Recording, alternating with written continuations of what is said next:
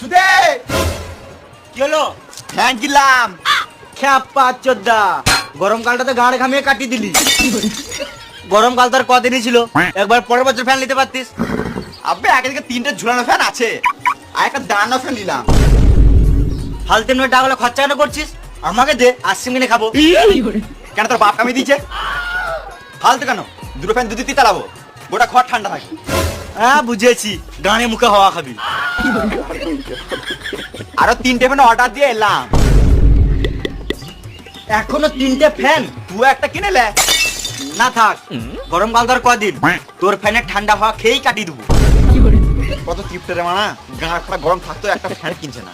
মনে মনে আমাকে গাল দিছিস? হ্যাঁ না না, বেশ গরম লাগছে, আমি ঘর যাই বুঝলি। বেশ, তোর ফ্যানের খানিক ঠান্ডা হাওয়া আমাকে খেতে দিস। হ্যাঁ নিশ্চয়, কুকুর মতো চলে আসিস।